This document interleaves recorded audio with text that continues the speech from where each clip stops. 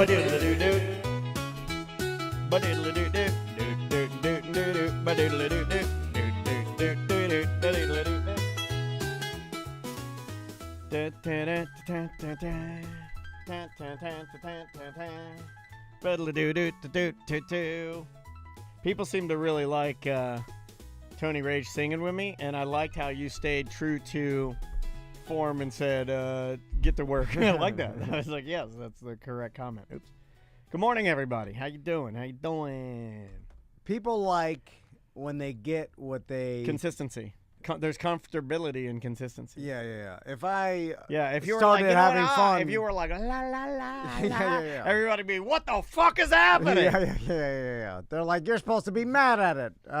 Hey, I wore my hat you hate today because of magic. The magic one. I told Maisie you hate this hat. She was offended. She's like, what? I said it looked odd. I didn't say I hated it. I don't hate anything. I don't. I was like, someone wears some weird looking hat. I'm just gonna say that's why do you have your shirt buttoned up so high? What are you, fucking Mormon? Undo that thing. Let your chest breathe a little bit. Come on. You don't work out for nothing. Let that thing out. Show those fucking titties, man. Come on. Well, welcome everybody. We're glad to have you. If you haven't joined us when we live stream, welcome. We're glad to have you. The new machine, I can't show you really, is over there. It's set up. And we will be dialing it in momentarily. Here, maybe I can put it on the other camera. Let me see. Let me see if I can do that. Here. Hello, Dean. Paula Hey, Dean. what's going on? It's Tom. There it is. How you doing, man? There she blows. Good. That will be our it's new been a long guy. time. Shit, when's the last time we talked? That will be our new guy. Very soon. Pre-COVID. All right, cool. We hold on. I'll put you on hold, and then we'll talk all about it. I figure we'll just talk about your job at SeaWorld and how that went, and how it got started and that kind of thing, working with the birds. Cool. Awesome.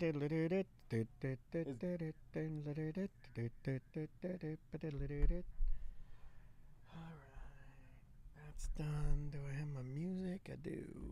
No. Yeah. We do this segment about weird jobs. We just want to ask you about, like, working with birds and that kind of thing. So it's just literally just to find out, about the job or whatever. Anyway, it is a brand new PC. Our first PC. It is a Hewlett-Packard Omen i7 gaming rig that we are going to turn into our new stream rig for the show. All right.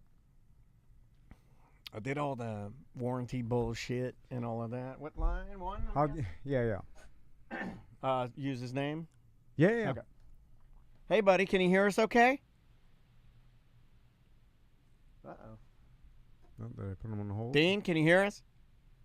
Oh, shit. Hold on. I mean, it dropped. I'll try the other one. Let me try again.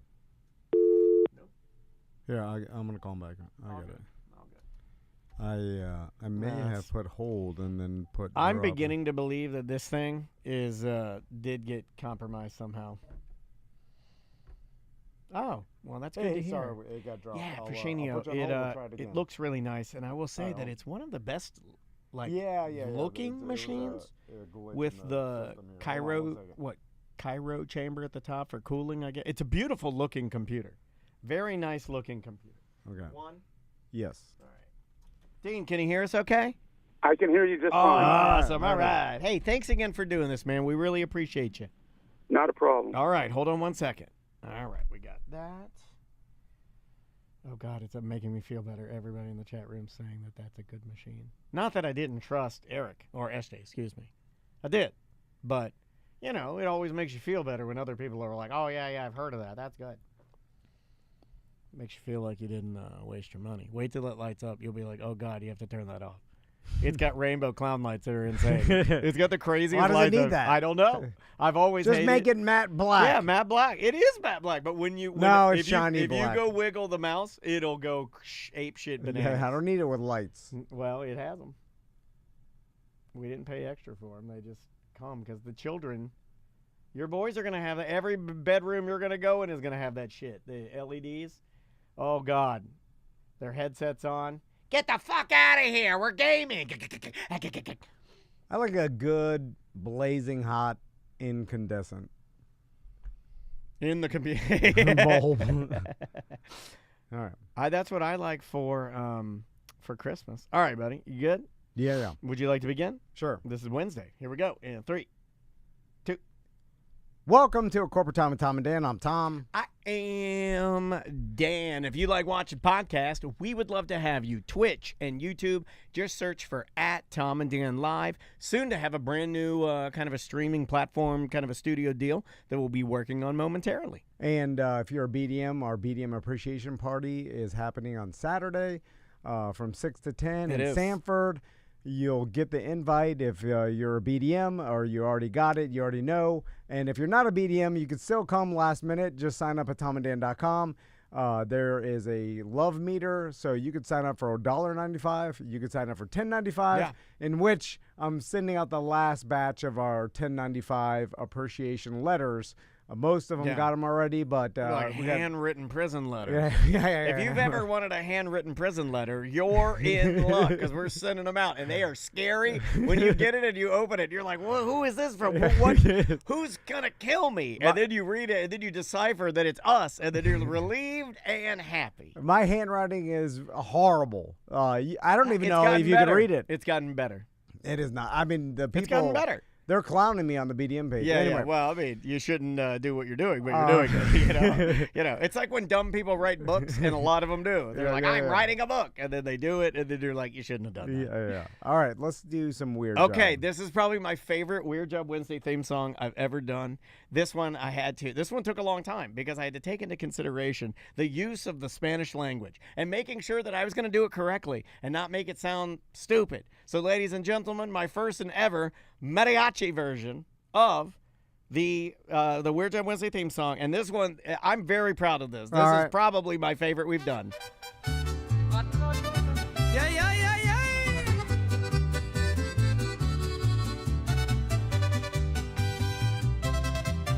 Tom quería un segmento, lo llamó trabajo raro. Adam le gustó, pero Tom dijo es barato. Beautiful. Es solo otro miércoles de esos tan extraños. Historias de trabajos que parecen de engaños. Trabajo raro. Raro, sí. Miércoles raro. No te diré. ¿Qué estás haciendo? ¿Cuál es tu labor? Eres muy limpio, hueles a sudor. Ganas millones, vives en tu torre. O das tu vida por horas que corren. Trabajo raro, raro otra vez. Gracias a Tom y Dan también.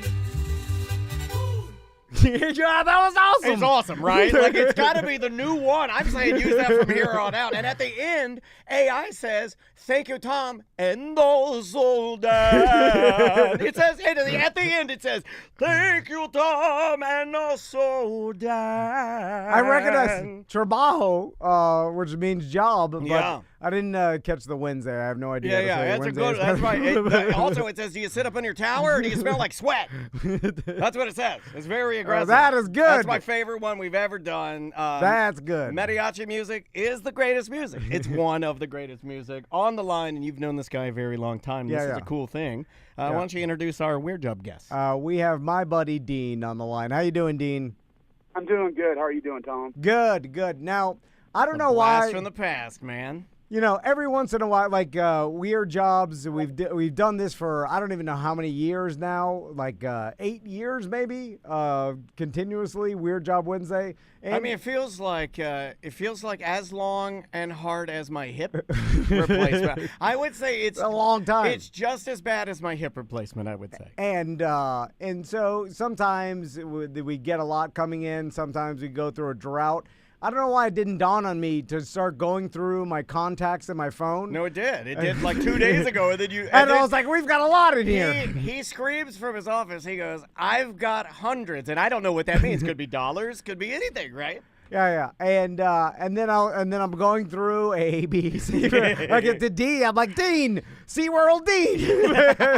And then I text them, and Dean's like, damn, Tom, I haven't talked to you in years. And you're like, and you do what you normally do when people say that. You go, I need a favor. Yeah. And the first time I've talked to Dean in years, I'm asking him for a favor. Favorite phone. It's the favorite phone. Sorry, Dean, if that's a D-head thing to do, but I look that's not a problem. That's a standard, Tom. We know you, and we've come to expect your selfishness. So first, Dean, how you been, man? Doing good. Well, hold on. No. First was I need a favor. Second is how you're doing. I just want to make sure that we're on. Like, you know what I mean? Like, let's be honest with our listeners. So, well, if you need a favor, if you need me to install a sprinkler system for fire suppression, I can do that. I was going to say, now you're doing it because he's an amateur irrigationist now, so be careful. That I went through Sprinkler Bob. So, I got the sprinklers. And that guy's a drunk. But SeaWorld Dean, SeaWorld Dean used to hook me up with SeaWorld tickets. I used to get behind-the-scene tours. Yeah, and you told me I could get it, but never follow through. Never follow through. And I've seen a lot of friends that say, like, hey, I can get you front row. I can get you front row. They go front row, never get you in. Never get you in. I brought my son to meet a penguin. Which one? The one you love the most? The one you love the Tommy, most? Tommy is the one you love the most. By the time Max was born, I was so tired of it. Well, Dean had already moved on to fire suppression at that point. So Dean, let's talk about how you even got into SeaWorld and got into, because you worked in the bird area of SeaWorld, correct? Yeah, primarily I was an aviculturist, but originally I started in 1981. SeaWorld came to our school, and they were hiring people for spring break, and I was working park operations where you helped with the shows and swept up cigarette butts and crap like that. And after staying there a week, they offered me a job, a part-time job. So I used that as a leveraging point for my dad. I'm like, hey, they offered me a job, but I need a car. So he got me a car, so a win-win, except I had to pay him back for it. And so while I finished high school, I was there, and then I was going to Seminole State for firefighting and nice. EMT paramedic stuff. But anyhow, I ended up transferring over to animal care, and then they split animal care because they did birds and mammals. I ended up in the bird side of it because nobody wanted to really do it at the time. I wanted to do mammals initially, but ended up on the bird side. My choice was either you can quit or you can go to birds. So I went to birds. I've always liked I don't birds. know. I think I'd quit. With what I know of birds, penguins. Based on what Thomas told me of birds, if somebody told me right now, hey, you could go work with birds or kill yourself, I'd kill myself because birds are cool. Penguins are the only cool birds because they're like little fat men. No, egrets. They're like little fat men. No, but the thing is, look at the diversity with birds. Not all of them fly, but a lot of beauty with them, and really unique animal to deal with. So, but yeah, doing that, You know what unique means to normos? Difficult. Right? They're flamingos. Flamingos I do are like, awesome. Hold on, I do like a flamingo. Okay, so Dean, what I found interesting, did you know anything about birds before you went into the bird area of SeaWorld? Yeah, interestingly enough, I raised exotic pigeons. Kind of a geeky thing, but it was really cool. Wow. What are the odds of that? Exotic pigeons, I didn't even know. Explain if you can take an aside, what would make an exotic pigeon different than a standard New York City, subway pigeon? All right, so most of the pigeons you see, the park pigeons, those are all, they're called barred. Yeah. They got the bars on their tail. But you get, they're so diverse. You got pigeons that are called tumblers because when they're flying, they all tumble at the same time. You get these pigeons called saints. They got this big collar of feathers that kind of obscures their head until they're flying, and it pushes the feathers back.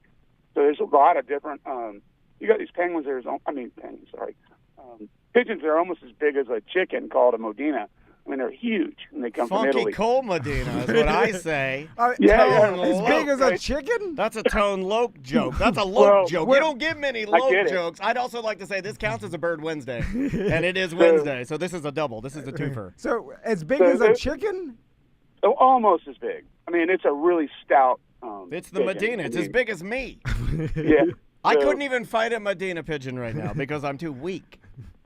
So, but yeah, raising them, I had I lived in a neighborhood, and it was kind of probably, trashy redneck, but I had a pigeon coop in the backyard that my dad allowed me to have. It's either redneck or ghetto, they say, right? Right. So, but, Mike I could Tyson. let them out, and they fly around, and at night you open it up, and they all come back in. That's very Mike Tyson. You were Castleberry Mike Tyson. Yeah, before Mike Tyson did it. So the only thing I didn't do is I didn't let him eat out of my mouth like he does. I would do that. So I would go one step further. I would put it at the edge of my, where my tramp stamp tattoo is. Why pigeons, Dean? Are they smarter than other birds?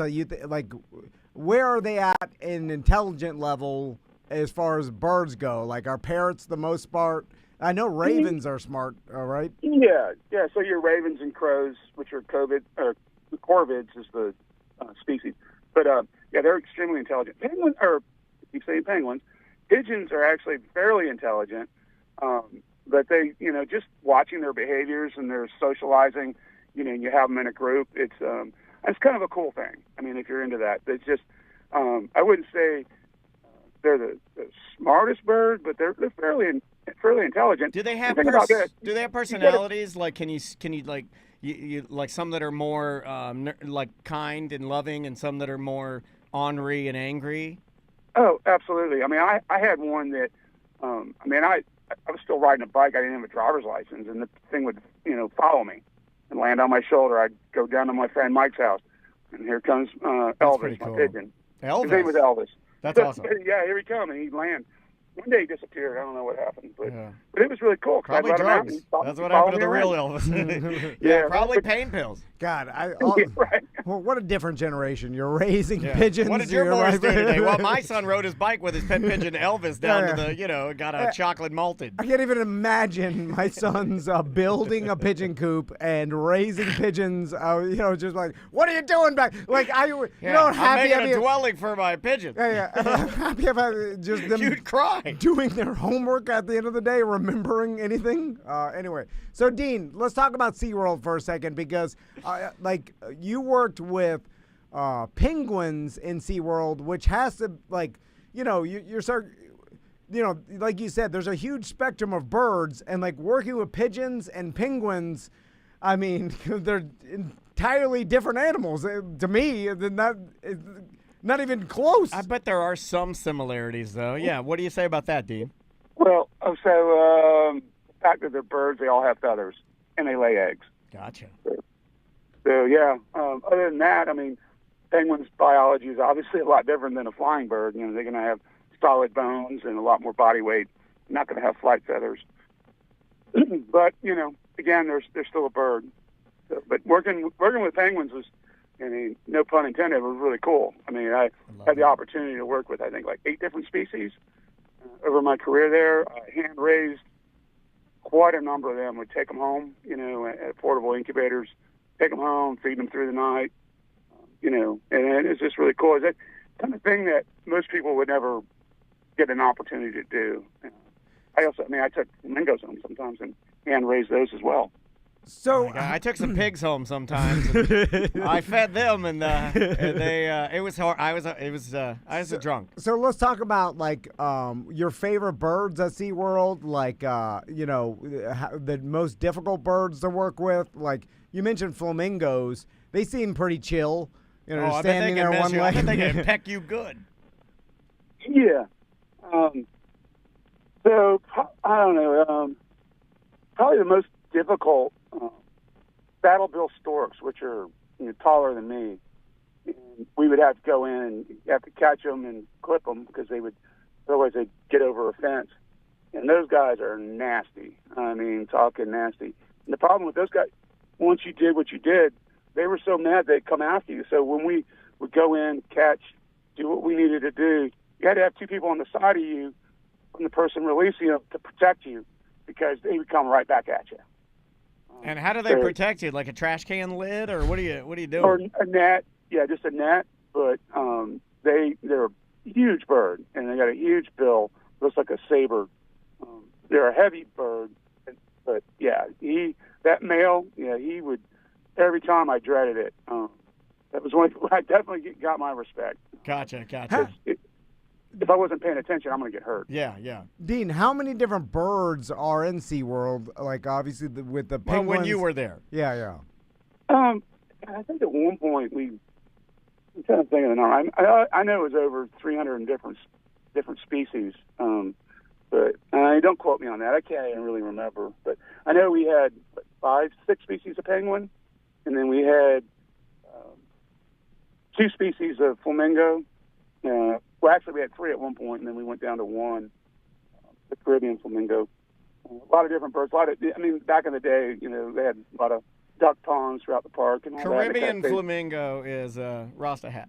Did you know, like one of my favorite things at SeaWorld or any zoo that has some sort of exotic bird is when you have the exotic bird in its enclosure and it looks very exotic and cool, and then somehow a Florida brown turd bird has flown into the enclosure, is now cohabitating. Just, you know what I mean? Like where you see our Florida birds. Yeah. Because we're kind of tropical, but they're all turd birds. Right, And they'll fly in and they'll like kind of be like, so you'll see a flamingo or a pack of flamingos, beautiful, and then a couple of turd birds. Yeah. You get those birds that want to come in and loaf and hang out in the nice environment. Yeah, because the environments are state of the art, billions of dollars. And then you get a couple Florida titmouse or some scrub jay or something in there. Dean, let's talk about, I like how people are like, these birds are in this environment. They're not free. And I'm thinking to yourself, have you seen free birds? They're miserable. They're it's hard as hell to live in nature. Like, they're surviving every day on the verge of dying. Like, to live in SeaWorld is a paradise, right, Dean? Well, yeah, they've got the best care. They've got the best diet. They're taken care of, 24/7. They don't have to worry about getting sick. Any animal has 2 big concerns in his life. One is what's going to eat me and what am I going to eat. That is for pretty much any animal. That's their 2 biggest concerns, unless you're an apex predator, and then you're not worried about getting eaten. But you provide a nice habitat, clean water, and food and plenty of it, and a clean habitat. Yeah, you got a happy animal. Do the penguins learn, like, when you're working with them, do they learn you, and can you make them do, like, tricks like a dog? How smart are they? Because I think everybody, and I see this in the chat room, everybody's just like, oh, they're so cute. Oh, they're so fluffy. Oh, they're so this. Oh, they're so that. So let's bust this myth. Are they cute, cuddly? I know they smell like absolute crap. I know that because I've been to the penguin encounter, and the first thing I noticed they do on the snow. Exactly. And then it just stays there. Well, that's part of the experience. I know they're quite odoriferous, but yeah, to answer your question, Dan, you can teach them certain things. They all have different personalities, and like meeting people, they all have different personalities. And as a caretaker of them, doing animal husbandry, it's really important to get to know those personalities. Because when you see a shift in that, then you might indicate that, there might be an issue with that bird. Sure. And it might need medical care. But when it comes to training penguins, so it's difficult because they don't care. And what I mean by that is a lot of training techniques, which is common. Some people may not agree with it. But what you do is you get a base weight for that animal, and you reduce it a little bit. Basically what you're doing is you're not starving the animal, but you're making it where it will work for food. That's the reward. There's also other rewards. My God, I'm a penguin. Basic thing. I think I'm a penguin. Like this one. You got the body. Yeah, I do. I got the body. I walk like it now with my surgery. Yeah, but the problem with training a penguin, he didn't care. So you hold food back. He's like, I don't care. I'm not working for that. That's me. I don't care about money. You don't even care. Yeah, so that's why they're difficult to train. You absolutely can. But more important, working with them, just their different personalities I mean, when I was, working at the penguin exhibit, I had certain birds that loved me. And they might have hated another person. I had birds that didn't like me. Yeah. And they're very choosy who they pick. But, I'm in the morning doing my service in there, and I've got Kobe, the big king penguin. Wherever I'm going, there he is. King penguins aren't really known for climbing rocks. As you know, there's a lot of rocky outcroppings in that exhibit. Yeah. He would scale them just because he wanted to hang with me. There was birds That's I could cool. go. Well, even with Kobe, I'd go in, like I showed Tom and his family. I just call his name, and here he comes up to the gate, and I can, we can do an interaction. So yeah, absolutely. That's bad. Calling a penguin and it comes to you is awesome. Like that's Yeah, yeah. like that's top. Like that goes in a very high, because that's a weird animal. That's Yeah, not yeah. a normal. Like you call a rhinoceros and it comes to you, that's weird too. You Yeah, see yeah. what I'm saying? Like you Right. gotta get some weird stuff. Yeah. Penguin and rhinoceros are weird. Dean's giving Yeah. me a lot of family tours. Yeah. Dude, this is awesome. Yeah, I and didn't the know- penguins are pretty awesome. And, I had no idea that Dean could just call Kobe and the dude. That's really neat. and what's weird about penguins is you'd think that they would maybe peck at you or be What do they irritated do? if you What- stay. They're just chill. They just stand next to you like they just came over to smoke a cigarette. with you? every time we take a picture next to a penguin, it would just Dean would put it there and it would just chill. Yeah. It would they seem like pretty chill animals. Dean, they're more like a Tom, not like a Dan, right? They're calm. Right. Well, I think they come in all flavors. So, yeah. Do you You get got some the mad Tom and the ones? Do Dan. you get some pissed off like aggro penguins that like? they're- Oh, yeah, absolutely. We'd have to dive the exhibit to do maintenance. Clean, vacuum penguin poop, basically. Yeah. We name most of them, and they get names because of their personality or whatever. This particular bird's number was 357. It's a Gentoo penguin. So I named him Magnum. Because 357 Magnum, man. right? Makes sense? Yep. That guy, and you're diving, we'd have to kind of isolate him sometimes because he knew exactly where to get you. He'd peck you in the back of the head while you're diving. And so you got all this heavy gear on, you're trying to dive, and then here he is, just banging the crap out of the back of your skull. I like that. I like Magnum. Magnum's my underwater- favorite one. You're scuba diving for poo-poo, and you're cleaning it, and you got a Yeah. penguin pecking the back of your This head. lowers the job a little bit. This lowers the job a little bit, but it's still super awesome that he's pecking the back of your head. So Right. Yeah. So, yeah, Magnum, I mean, it was a good bird, but, yeah. a little Are bit they of a strong? penguin. Does it hurt? Oh, penguins, I like to call them, they're basically, they're nothing but solid muscle. They're muscles with feathers on it. Yeah. Um, Like little they- loaves of bread, right? They're like little loaves of bread that can little fire plugs. yeah. Imagine, the environment in which they got to survive. They're getting waves smashed onto the beach. And they're so muscular. They're so dense. And then, an animal that can propel itself, 15, 17 miles an hour through the water has got to be strong. Yeah. All of them, and it's a joke always, they've all taken karate lessons. They know how to swing those flippers Yeah. in that solid bone, and when they would swing it, they flatten it out, so it's no resistance. So imagine you taking your hand, put your thumb straight up, and as you're swinging your hand, you put your thumb pointing out. You know what I mean? You get a thinner surface. And, you're in there, your hands are cold, and you get a whack across the knuckles. Yeah, it's One not of those good. guys that are mad, oh, boy. Yeah, Like and they a got real karate bones. chop. And they got real bones. Yeah, they flare chop you because they got real bones. They don't do like the regular old floppy So- hollow bones. So Right. And then not only that, they have to catch fish or they're slimy and they're strong. So they have to have a lot of pressure in their mandible. So imagine what that does when they get a hold of a piece of your skin. Oh, they can bite you. I didn't even think They about can that. pinch very hard. And they know how to twist.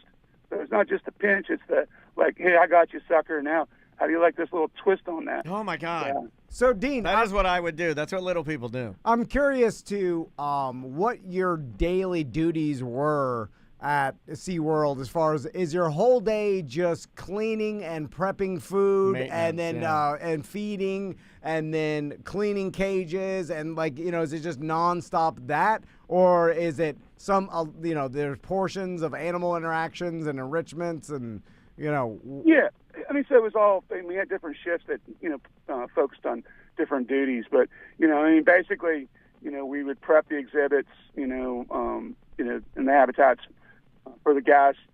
Take care of the animals, feed them.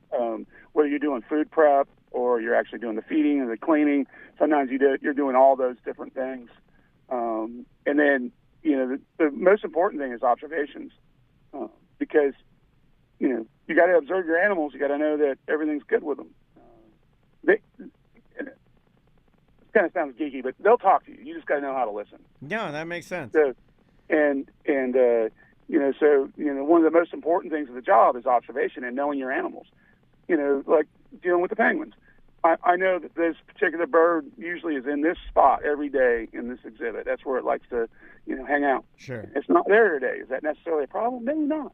Right, like you were saying with Kobe, if he doesn't follow you up to the top of the enclave, you'd be like, interesting. He normally likes to follow me. Maybe he's got a cold, or maybe he's sick, or maybe he's, yeah. Right. So, you start looking and is it a physical problem or is it a social issue?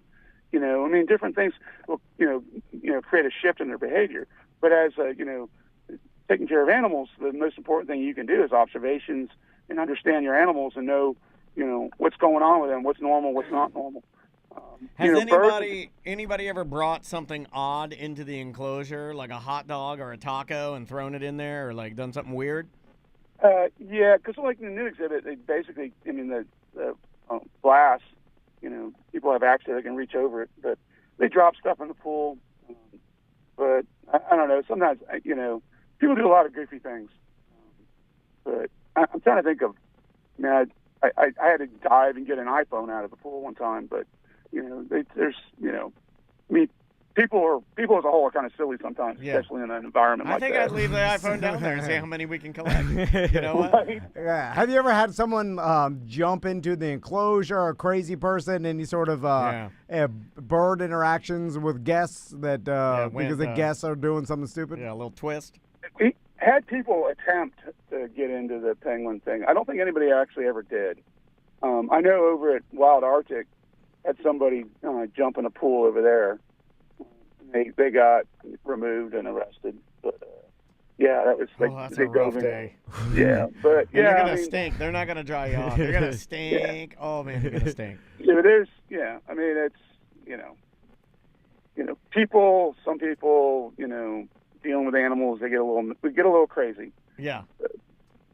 Dean, was there like a never-ending amount of interns that because I imagine at SeaWorld, like there's a ton of people that want to work with animals because they went to SeaWorld when they were a kid, or like they're into working with animals and they want to intern. Young women between the age of 20 and 23. Yeah. Wide college. khaki cargo shorts. We didn't do it. We didn't really have a whole lot of interns. Things varied. They did different, things. I like several times I would say have a biology teacher shadow me for 2 weeks, like during, their summer break. I think that was something they paid for, but, it gave them hands-on experience, dealing with the animals, at my level. So things like that. But as for just interns, we didn't do a whole lot with that. You got to understand, some of it, you got to, extremely dangerous, but you got to be cautious who you allow access to some of these animals. Yeah, like when is this something, obviously this is something you did for a long time, then you moved on. Do you miss it? What's the part if you did miss it, is it the relationship with the animals you miss the most? Yeah, absolutely. Yeah, I miss it. Dealing with the animals, having that privilege. Later on in my career there, I was doing rescue. Wow. Did a lot of, I was out, all over Central Florida doing a lot of crane rescues. They bought me this really cool net gun, which was really fun to use. Oh, do you still have it? Do you still have the net gun? I want to shoot it at some of our fat listeners. No, I don't have it. That's SeaWorld property. But let's buy a net gun. So that much? was like $1,500. Hold on, I'm writing down net gun. I'm gonna get a net gun. Yeah, but that was fun. I'm gonna shoot April Jennifer Choi as she's whipping you with a net gun. So you'd have to shoot a net gun to net some sandhill cranes? Well, you don't cranes. have to, but it's fun. I primarily used it for, rescuing the bird. You get sandhill cranes, they get darts in them. People, blow dart them. They got a broken leg, or I got one I rescued out of Mount Dora that had an arrow through it.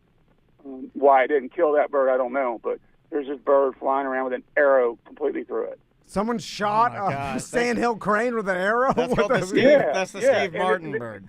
And it didn't hit anything of vital organs because the thing was around. I chased that thing for a couple weeks. It had been chased so much it was almost impossible to get close to it. Before I got called out on it, other people people wanting to help tried to catch it, and so it got really shy. But yeah, to me that's one of the things that is really sad is to see that you got the sandhill cranes. I mean, basically, people either love them or they hate them. I know they're noisy. Sometimes they tear up stuff in your yard. The biggest problem is they've become urbanized because people feed them. So now they don't do their natural foraging. They rely on people. That's why they hang out in neighborhoods. You're not supposed to feed them? No. Because I feed them. Yeah. My pop-up have fed them for a he fed 'em too. generation. Every night, me and Maisie walk downstairs and we give them 3 soft taco supremes from Taco There you Bell. go. We give 3 soft taco supremes. They like the Diablo sauce. They love the Diablo sauce. I hate the Diablo. I'm a fire They're sauce. tough-ass birds. Yeah, they love Diablo. Who that?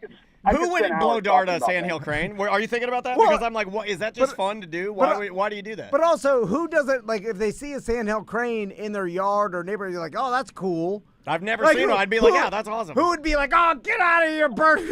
Like, Well- who's that much of a grumpy POS I that don't know. is mad? Like a sandhill crane that looks awesome, right? So, Yeah. well, I've seen this scenario a couple times. Okay, so let's say Tom and Dan live right next to each other. Tom loves the cranes. Dan hates them. All But right. Tom feeds them every day. So they We come can up to his just door. change this to cats and we have a real story. So the cranes will come up. They'll knock on your door. You're basically training them to they let you know that they're there. You go out and give them the corn or whatever you feed them every day, but every day like clockwork. And then they bring their babies up, which a baby crane is called a colt, by the way. They bring their babies up. Everybody loves them. You're putting it on Facebook, you and your buddies. Now, Tom goes on vacation. He's not there to feed them. So now that you see Dan, they go over to Dan's house, who hates him. I start whipping them with my cane. And I start whipping some necks. So they start poking holes in the screens on his lanai, Oh my picking god! up his petunias, I trying to get your. Caught him trying to peeking get at your- my wife. My wife was naked in the jacuzzi, and they came in there poking holes in the screens, and we were trying to do boudoir.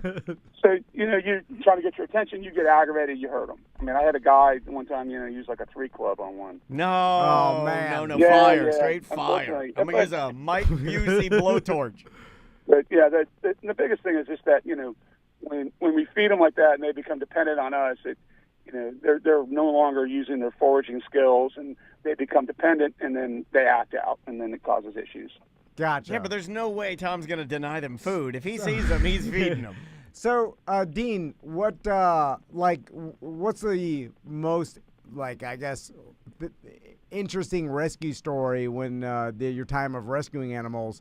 How long is it? Do they let you, hey, you could try to catch this animal for 2 weeks, but after that, it's, you move wow. on, That's or is it like you try for, maybe on and off? Then it goes a cold case. Then it goes cold case. Well, yeah, for the most part, I mean, if we had resources available and we could do it, because I wasn't sitting around like I'm sitting at a fire station waiting for a rescue call.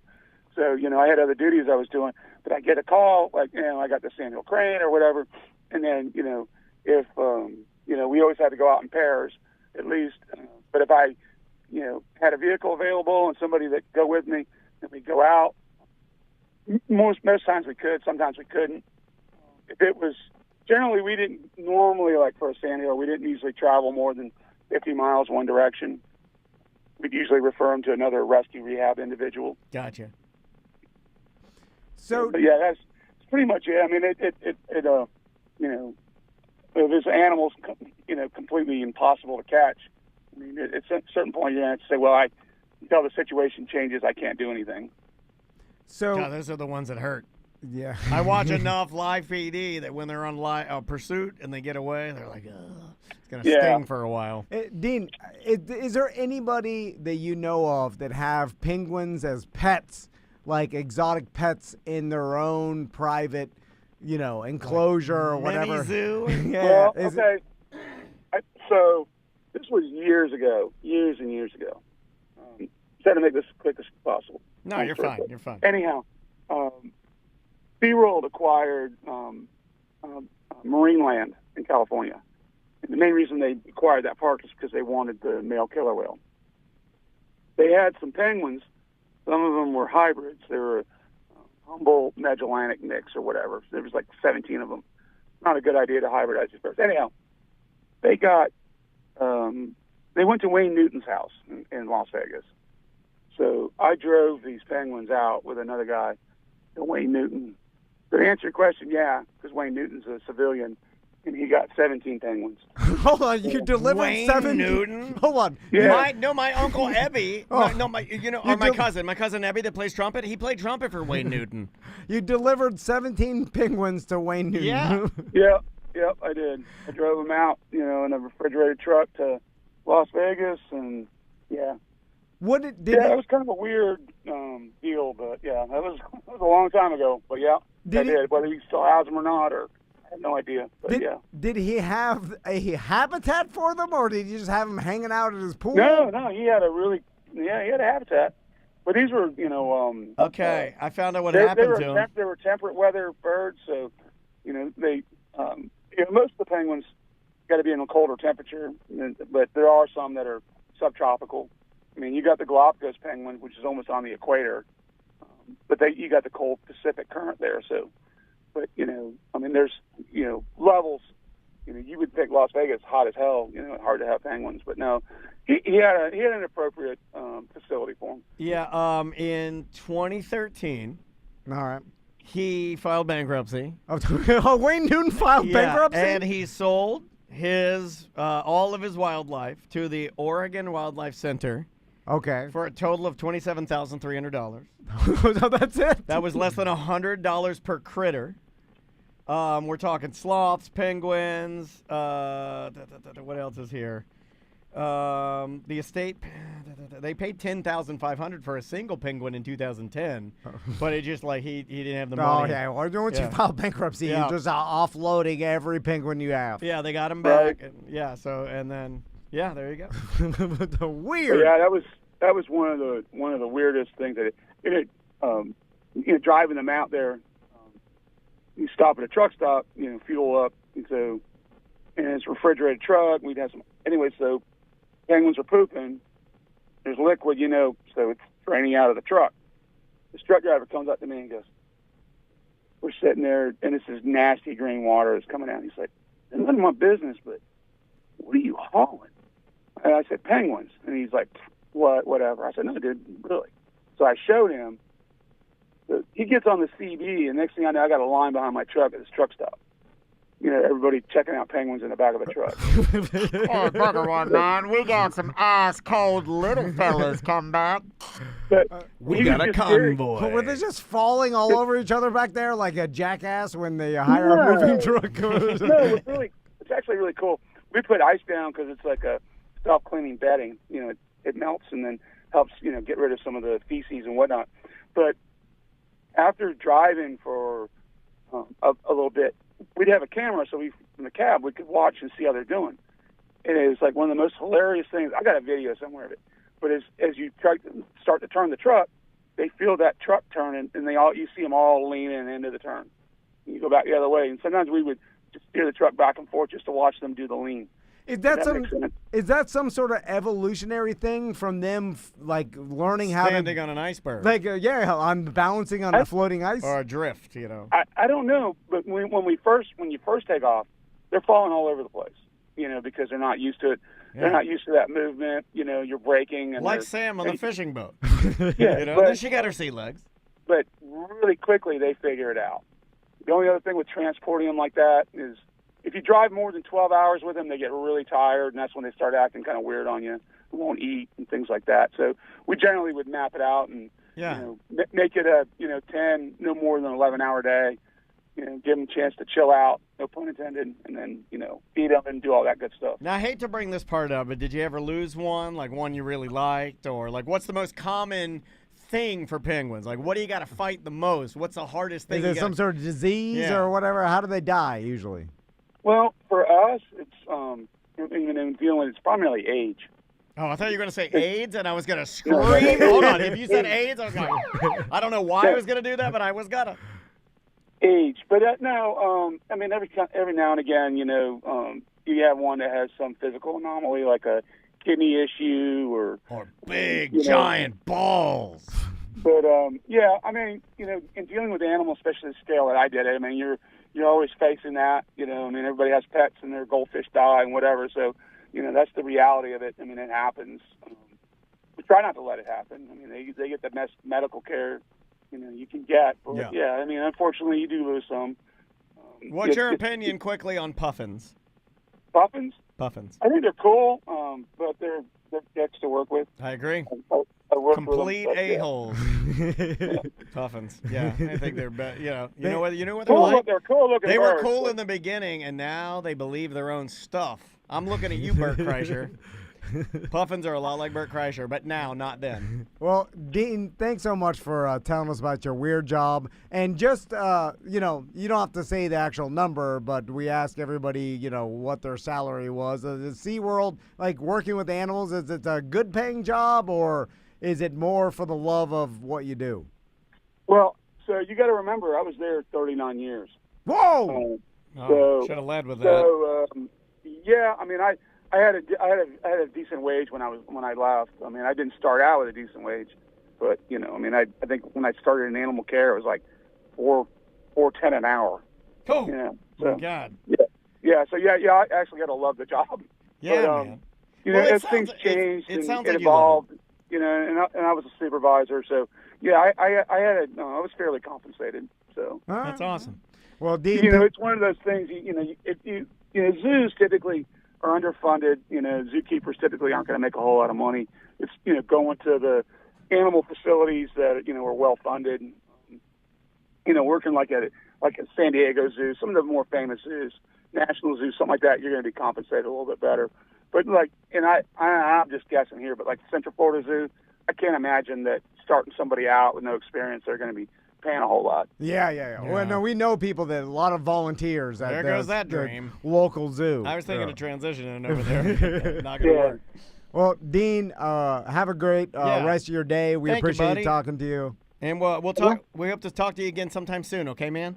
Yeah, no problem. If you ever have any questions about anything, and open book. I feel confident Tom will be hitting you up for irrigation or fire suppression favor very, very soon. Yeah, I also had a short stint working at Winn-Dixie meat and seafood. So What? We'll get you in here. I did Butcher. a lot of different things. I love it. All right, man. Take care of yourself. All right, you too. Be Thanks. good. What a nice man. Always disappointed when someone tells me about their job that couldn't in no way me benefit from, like fire suppression. Yeah, like, damn it. I'm like, God. I can, because I really worried about I fire. got the sprinklers. I could have him come over and upgrade me. Yeah. But those, I think the association takes care of those. Or you have to take care of them yourself? I don't know. I don't care about anything. It's got to be some sort of insurance. They're doing my roof next week. Yeah. Who is in charge of the fire sprinklers? Do you own that and are in charge of keeping the upkeep of those? Don't know. Your no wife one knows. knows. There's no way of Yeah, figuring it out. Andrew No knows one. for It's sure. impossible to know. Because you should I don't pay even less think they insurance work. for it. I think it's just a placebo. They just stick them up there. It's like having the fake camera. There's There's no one water in them. come to service them. I'm sure. Yeah, they do. Oh, okay. But it's real willy-nilly. Like, they'll ring the doorbell, and then we're like, hey, we're servicing your things. And you could, like, yell back. You'd be like, get out of here. They'll be like, okay, we'll check you off that you just told us to get out of here. So that has to be something the association pays for and is part of the insured, like... The computer turned on by itself. Look at the rainbows. Yeah. What Look is at the that? crazy lights. Yeah. How funny is that? Put some electrical tape over that. Oh, yeah. I'm going to break them. I'm going to go in there and snip the wires somehow. All right. We got to take a break. I want a penguin for my backyard. Like Let's that's talk how about awesome, that for right? a second. He said It swims in my pool. He said, didn't he say a Bermuda penguin? What did he call it? He called it a Caribbean. There's some like tropical penguin. What is a Caribbean? You just run your pool cold, just swimming around there crazy. I get one. The part You need an exotic animal if you're going to do the palm trees. they just doo-doo everywhere. That's the bad part about animals. There's just so much doo-doo that it's like, oh God, it doo-dooed all over my pool deck. all day long and just doo-doos. No, they're all, I guess, South Africa. Yeah. Peru and Chile. We need a Chilean. Okay. We need a Chilean penguin. We'll do it. We're going to get one. All right. We will see you tomorrow. Perfect. Let's save that. That is Wednesday. And you want to do another one, right? Yeah. Let's just do a welcome back 15-minute voicemail.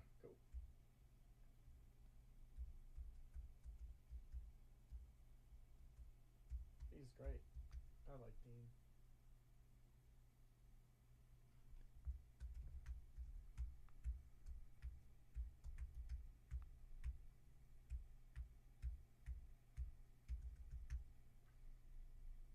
Okay. Pints and penguins. That's funny. Bring all your penguins to Sanford, shitting everywhere.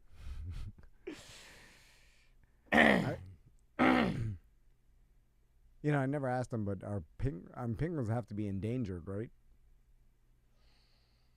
I don't know. I can ask ChatGPT.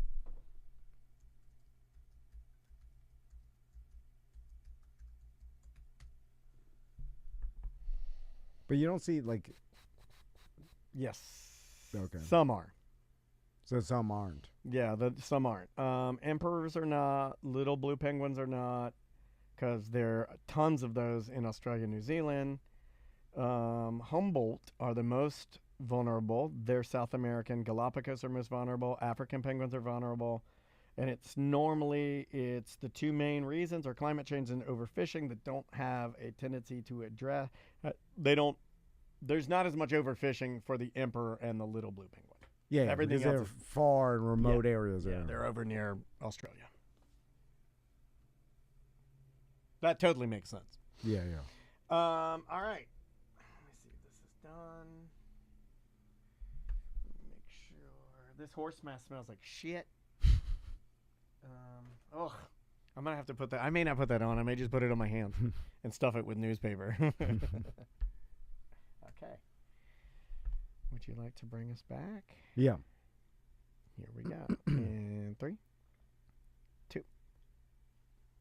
Welcome back to A Corporate Time. Let's do some voicemails. Yes, sir. Voicemails, emails. If you would like to leave us one, we would love to listen to your concerns. You can do it through the free Tom Modena app. All of our shows are on there. If you're an audio mun that you require something in your ears while you're working on something, while you're exercising, we got you covered. Tons of shows, tons of music, tons of improv, tons of all kinds of stuff. Just get the free app, and you can find out more at tommodena.com. You can leave us a message just like this one right here. This was a hot topic about, remember Captain Brock, the crazy fisherman? Yeah. And then he tried to lean heavy on fighting for the country, and then he angered a lot of veterans that listened to our show. Here we go. Hey, show. It's Jeremy from South Carolina. Listening to the OG show, and you guys are touching on, whether or not it's okay to get mad at a veteran for being an a-hole. And I'd like to chime in that as a veteran myself, not only is that the case, but it also takes the weight out of every time I'm watching a movie or a show and they're trying to imply somebody's a true badass by saying, oh, he's prior military. Like, I know dudes that got chaptered out for being fat, for smoking weed, for getting DUIs. So it kind of hits a little bit different when you try to say somebody is a badass just based on military service. Love the show. It's true. If you smoked weed and were fat, and then your friends refer to you like, "Oh, he's paramilitary," there is a scale there. I will say there's a spectrum there. It from my experience, no one has less respect for veterans than veterans. I know some veterans. Well, some of these guys are real mad that, and they're like, they'll tell me, some friends of mine are like, you shouldn't clap for everybody. Yeah. I've seen some of these people. They deserve no applause. And I don't even think that was the beef here. I think the beef here was that the guy went so quickly. When you go that quick to it, it's like, what are you trying to... Well, it's cheesy. Who are you trying to convince here? Yeah. I again, like other veterans look at that and just like, get this guy. Oh, other veterans go real... And guess who's in the fishing groups? that I went into to see Oh, yeah. all veterans, and they're mad at this guy. Yeah, So who mad. says that? Anyway, Yeah, they're all it like, was, shut up. All right, we got one more. You know what? I'm not going to do another Captain Brock. Let's do this one about Balatro, the card game. All right, I know this topic is probably played out by now, but Tom's cognitive dissonance just blows me away. Tom says that he doesn't understand why people play Balatro because there's no value and it's just a waste of time. It's entertainment, Tom. It's literally what you do for a living. All of us BDMs waste our time and give y'all money because it's entertainment. Well, I like that one. Well, I like that one. I understand. I was just He does looking understand. towards. It's just not you. Is that what you're? That's more of what you're saying, right? I know it's entertainment. I was looking for a purpose for the entertainment as far as are you trying to reach a score that anyway, it's I was just trying to find out why. Yeah, he's just asking questions. And it pisses me I when you understand ask killing questions. time. When you ask questions, people get mad. Like, why do you like that? And you're like, what? I'm gonna get mad as hell at Well, you. they take it as an attack because if they like it and I ask why, See, I they're don't mad. take it as maybe that's why you and I work well together. I don't take it as an attack, but I do get tired of it. Does that make sense? Yeah. I just I just don't want to explain it. But I don't take it as an attack. Yeah. I'm just like, oh, yeah, he doesn't understand it because it's not something he's into, which Yeah. is totally fine. If I attack you over and over, you get tired. Well, I'm very weak. Yeah. My wife's super tired. You gotta give up. Yeah. Let's try this one right here. Filthy Fortunes. What do you know about that? Hey, Tom and Dan. I think I found a new TV show that maybe both you guys might enjoy. It's called Filthy Fortunes, I think. It's the guy from Hoarders, and he's doing the same sort of thing through hoarded houses, but they sell all the junk and trash and split it with the people.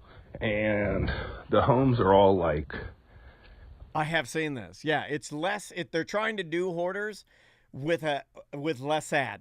Because, Hoarders is always, you get 3 minutes in and you're like mental illness. Yeah, right? doo-doo, and it's the horrible dead Look, cats man, buried. But they're rich hoarders. You know how sensitive I am, and Yeah. you know I make a ton of jokes on here as a defense mechanism. But Hoarders, we all know that real Hoarders, the one that has the gray Hoarders logo, 3 minutes in, you realize that this person is struggling with severe mental illness, and their family is at their wits' end, and they want to they want to give up. Yeah, but that's all we know of.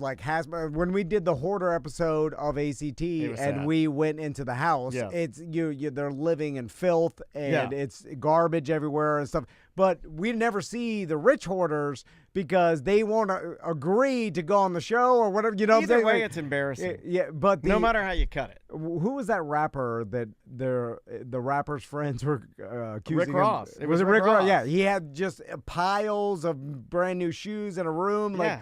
All And his they rooms. made him go through it. Yeah. All his rooms in his mansion were filled with expensive things, Yeah. new stuff. Yeah, But new Jordans. that's the same illness as the poor doo-doo hoarder. It's the same thing. But It's it just is Rick better. Ross But it has is more better. money. Yes, It is it is better. better because it's not filth. Yeah. But it's the same kind of you can't get rid of anything, and then for whatever reason you have put an emotional value or put some emotional connection to all this stuff, even though you obviously don't need 500 pairs No. of Nikes. He continues here. people who've passed away and their kids inherit the home and they just want to get rid of all this stuff. Now, what I really enjoy about the show is we've had a doomsday prepper lady who passed away in her house, and she's got 25 years of food and homemade booze, and all that sold, trashed, worthless. All that work for nothing. I love it. Another guy, tons of guns and ammo, 5-gallon buckets full of buckshot. No doomsday coming, no apocalypse, all that sold or right in the trash. All your life's work for nothing. I think it's fantastic. Thank you, goodbye. I'm going to have to start watching this. I would watch this a little bit. I guess I did a version of that with my mom and dad's house, but it wasn't hoarded up. There's a certain amount of illogical thinking when it comes to doomsday prepping. And it goes along the same lines of the joke that me and Daniel find hilarious is you're so afraid of the end of the world or you're so afraid of dying, you kill yourself. Yes.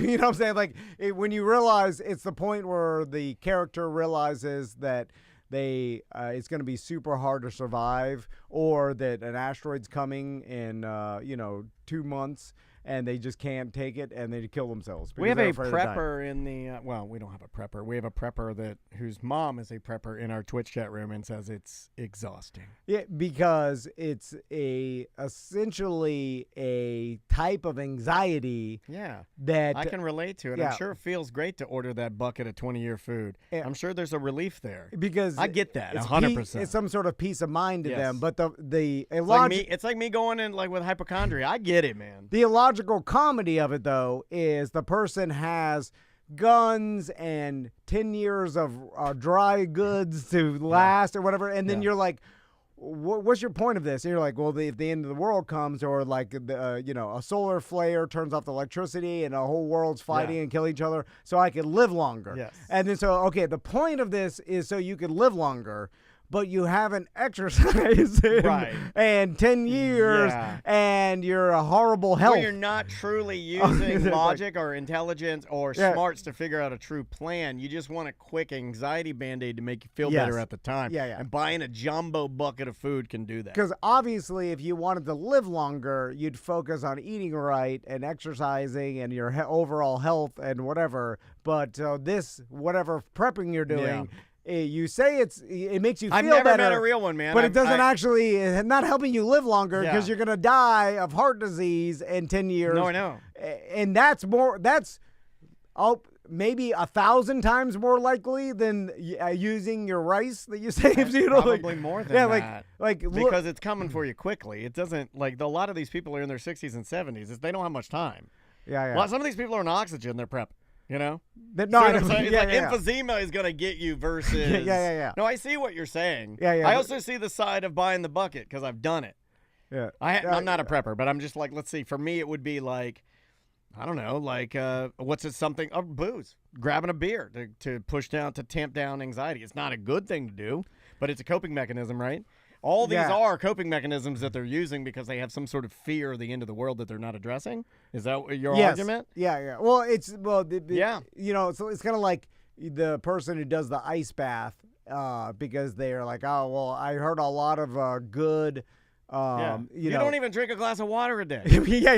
Well, it's like, you could do the ice bath and you could do the sauna and all the little micro things, but you got to start with like your diet and exercise and all the drinking water and like eating better, whatever. Nutrition and exercise, that will be 90% of it. Once you got that dialed in, then you could do the small little other stuff. But the ice bath does you no good if you're eating McDonald's every day. Just chilling your fat. You know? It's like this is not giving you any benefits. And the same thing with the prepping. It's when you see someone prepping for the end of the world, they never take into account, like, all right, well, what's the likelihood of this happening, right? What's the likelihood of this preparation even working? Yeah, but you're taking away my Band-Aid if I do that. Yeah. Like, it's in your, your garage in a suburban neighborhood. Like, if it did happen, like, the people know about a human behavior. Like, you're most likely... maybe you'll live longer than your neighbors, but your neighbors will eventually band together and kill you for your food. I always think about that. So that's what you have your guns for. That's the first thing I would do. The first thing I would do if, martial law, they've locked down the streets, I got to sneak out and kill my neighbors because they're going to try to kill me eventually. So I have to kill them first. Yeah. And it's kind of like I watched a barbecue and I poisoned them. I watched Louis C.K.'s recent comedy special. Yeah. Which, because of his behavior, harder to find. Yeah. It's like Kanye's new album. Where are you going to get World War III? Yeah. It's How hard. are you going to find Bully? Yeah. It's hard for Louis C.K. to work with a lot of these big, so you have to dive deep a little bit. L. Lewis next to N. Nazi. Okay, there you can find it on the internet. But anyway, on the dark web. A funny joke he talks about is like the gun people training for home invaders, but by going to a shooting range and shooting at a paper target that's 30 feet away with a headphone or earmuffs on, and tactical vests on, in a perfectly controlled environment. No, but I'm just saying that you should be training actually to shoot a home invader that's trying to shoot you. Yeah, you'd be and in your underwear. yeah, you'd be waking up in the middle of the night, half drunk from the night, then actually firing at someone. I'd be in tiny panties with my cane. I'd have my cowboy hat on. Yeah, they're just standing there like a paper target 30 yards away and bright lights shooting. It was like, that's... EJ's trying to clown you. He says that's Bill Burr and not Louis C.K. Whatever. Both the same. Let's do one more. I think this one just likes, I forgot which one it was. Yeah, one of them, It was Bill Burr. One of them's talk me off, and the other guy's Star Wars. Louis C.K. said something funny, too. I'll say later. Stick around. Hey, guys. I just listened to the Gatorland show with Savannah. I got to tell you, that was one of the best shows I've heard in a long time. It really was fascinating. And I have a question for you. Maybe you can ask Savannah next time you see her. Does she do, like, VIP tours, like guided tours? Hold on a second. What are you talking about? What kind of tour are you talking about? Of I would Gatorland. be fascinated to go out with her and spend a couple hours or half a day. Yeah. Next time you talk to her, ask her that. All right. This is Thomas, other mailman, by the way, Greg. You guys have a good day. That's why I played it. Yeah. Attack your mailman again. Thank you, Greg. Yeah. Also, thank you for helping us with our BDM Appreciation packages. We are getting a lot of them returned. But they're completely unrelated. It's completely unrelated that I'm not saying it was you. Yeah. I'm just saying that I you would never did. say that. I looked at you at one point. I'm like, Greg, you're like, he's like, I don't know where the hell I'm at right He's like, now. I'm just putting shirts in the bags. I don't know what. It was like an episode of The Office. He's like, I see a shirt, I stuff it in a bag, and I put it on the truck. And I'm like, are you looking at the labels? You know what size? He's like, nope. And as of this morning, God. every man that emails me got a woman's tank top this morning. So I don't. But they're completely unrelated. You It's can't completely just unrelated. Put random shirts in bags. It's like that's not how it works. But thank you, Greg. All right, one more. All right. Oh no, we should probably take a Well, break. Yeah. well, Yeah, go ahead. First, we'll ask Savannah that. That would be a good business model for Gatorland to have like private tours by Savannah, I guess, because people would pay for that. It was a cool experience walking around Savannah. I heard telling you. You got to go big behind dollar. the That's scenes. $1,500 all day long, dude. Yeah, that would have to be. That's $1,500. That's $2,000. No, it's $2,000. I don't know if she wants to do that. I don't think she does. She's 'cause got. I think she's the every woman, right? Like she's like, you go out there, you see her organically, you say hi, which you can do. Yeah. Absolutely can do that. And she's like. But $2,000, I'm just putting a price on it. Maybe I'm wrong. You're good at that. Put a price on it. I'm saying no less than $2,000. Well, maybe if you did it like for a charity thing, but if Gatorland started implementing that into like private VIP How long tours is in it, an Savannah, hour? I don't know. Like, yeah, I guess she just takes you around, but then that's adding another whole job to what she does And already. She's already overworked. As it is, yeah. We're just taking care of the animals and the social media. My God. Yes. I mean, the amount of social media followers she has She's in is Cuba. insane. Like, I was supposed to try and get a hold of her to get her back in here, and we can't because I think she's going to, well, I don't even know if I'm supposed to say that, but she's traveling. Yeah, Again. she's constantly going to different organizations around the world that work with alligators and crocodiles and stuff. But very approachable. Reach out to Gatorland. They're awesome people. The whole staff is the nicest people you'd ever want to meet. They treated us like gold. And you can message Savannah on Instagram, 100%. And I'm pretty confident she'll reply. Especially if you're a kid. Yeah, if you're a kid and you like alligators or reptiles and you want some love, she'll give it to you, man. She Yeah, found her calling out there. It's awesome. Yeah. And then you'll see her at Gatorland if you go. She's walking around. She's there Monday through Friday. All right, buddy. You want to take a break? Yep, we will be right back. Perfect. Nice. Perfect. And I don't know where that's going to go yet. Okay. I'll just put it in a folder. Tentatively, maybe. Well, it depends on how long we go with Joey when we come back, but we'll see. And I don't know if we're. Bye, guys. We'll be back a little.